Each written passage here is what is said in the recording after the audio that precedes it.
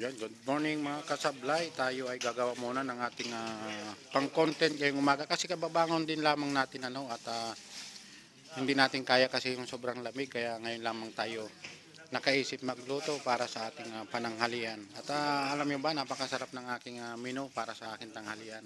Baka kung hindi niyo nalalaman pa ay baka mamaya gagayahin niyo kung paano yung aking mga ginagawang mga secret na ulam. Kaya sana ay sana ay panoorin nyo para makita nyo kung paano. Oh, yan kita nyo naman. Nakapagsaing na tayo, nakapaglaga pa tayo ng itlog, di ba? Sinong gumagawa ng ganyan? Alam ko marami rin gumagawa ng ganyan. Hindi lamang ako. Yung mga laki sa hirap ang nakakaalam yan. Tapos ito naman sa atin si kababayan si Jojo, hot cake naman ng kanyang menu. Yan di ba? Dito kompleto rito kaya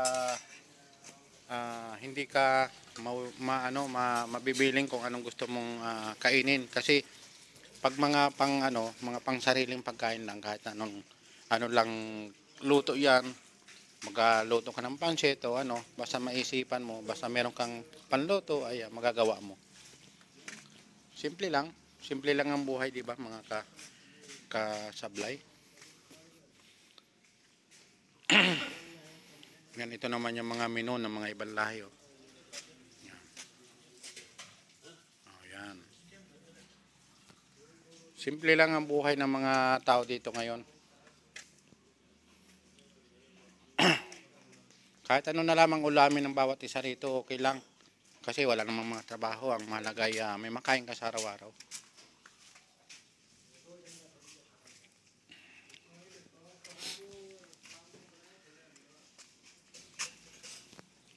Mainit na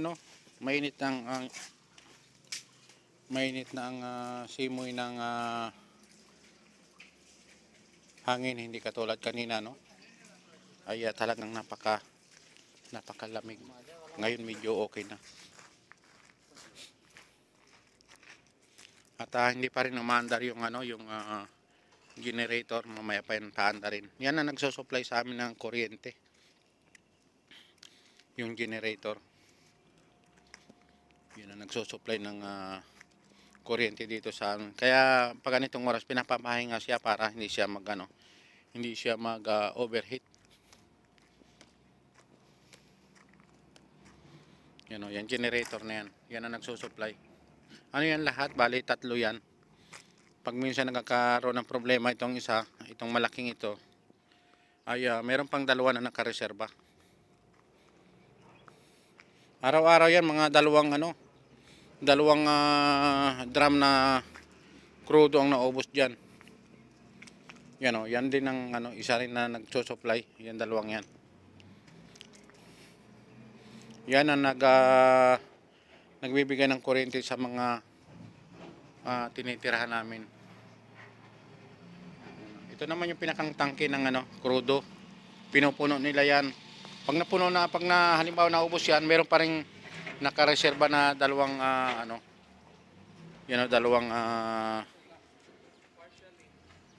dalawang drum na crudo.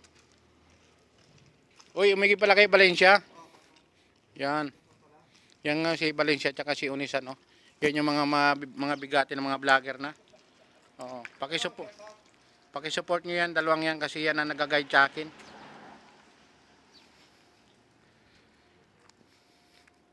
Umigib pala sila. Yan, umigib sila sa libreng libre po yan, tubig na yan.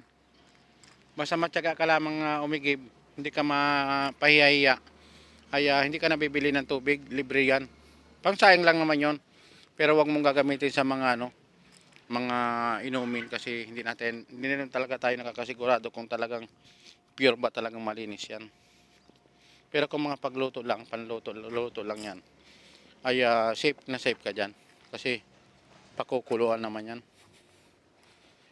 Hindi masyadong hindi ka masyadong magpo-problema. Ganitong oras wala naglalaba kasi walang kuryente. Yan hindi umaandar yung mga washing machine. Kasi ang generator ay hindi pa umaandar kaya pahinga lahat ang mga washing machine. Yan, oh. Lagi ko rin pinapakita yan sa aking mga video, no? Pinapakita ko rin lagi sa aking mga vlog. Kung napapansin nyo, no?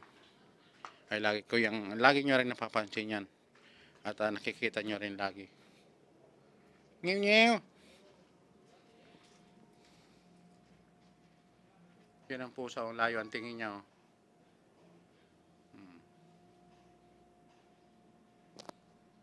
Tinitingnan pala niya yung ano, dalawang ibon na ano doon sa taas, oh. Yun, oh. Nakikita niyo yung maliit na parang box. May nangingitlog na ano, yung ibon na bato-bato sa atin yan, no. Yan, oh. Mababait ang mga ibon dito, hindi sila takot sa tao kasi hindi sila sinasaktan, eh. Kaya yung pala tinitingnan ng pusa niya, oh, yung pusa. 'Di ba? Akala ko kung ano lang yung tinitingnan niya. Yung pala nakikita niya yung ano, nakikita niya yung ibon na nangingitlog doon sa taas.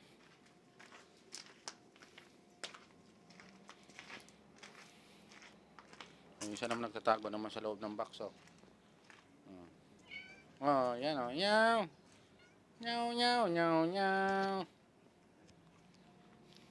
Nyaw, nyaw, nyaw, nyaw, nyaw. Sumikat din, nag-viral din yung anong yun, ano? Kita yun sa sobrang gutom ng mga pusa dito, kahit na tuyo na ng mga kubos na ano, kinakain pa rin na, yun. Gutom talaga kasi sila, eh. Kulang sila sa mga pagkain. Kaya kita niya naman kung kahit na tuyo na, ay kinakain pa rin niya.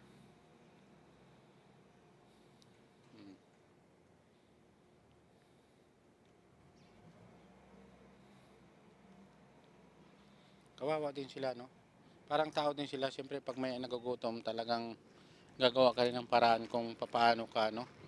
Kung paano mo masosurvive yung iyong mga pang-araw-araw na pagkain, no?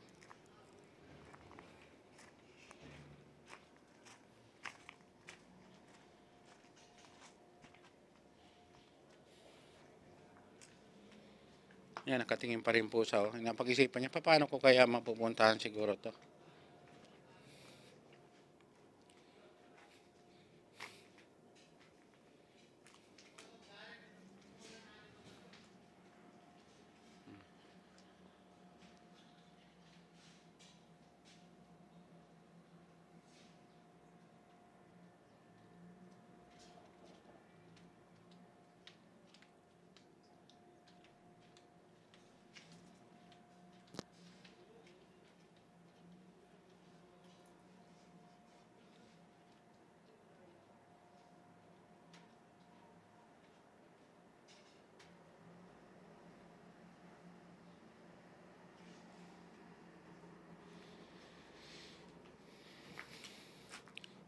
Natutulala din yung pusa, eh, kasi iniisip niya kung paano niya ma mahuhuli yung ibon na bato-bato. Hindi ko lang alam sa Arabic yung kung ano bang pangalan sa Arabic ng ibon. Sa atin sa Pilipinas, sa amin sa Marinduque, yung tawag dyan ay bato-bato. Nangingitlog sila.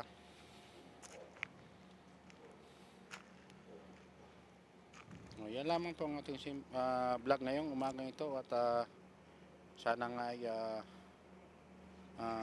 suportahan nyo aking mga ginagawa mga video at ganoon din po ako, no? So suporta rin po ako sa abot po ng aking makakaya kasi wala lang tayong masyadong signal o data lang po kasi ang ating gamit. Bye bye mga kasablay.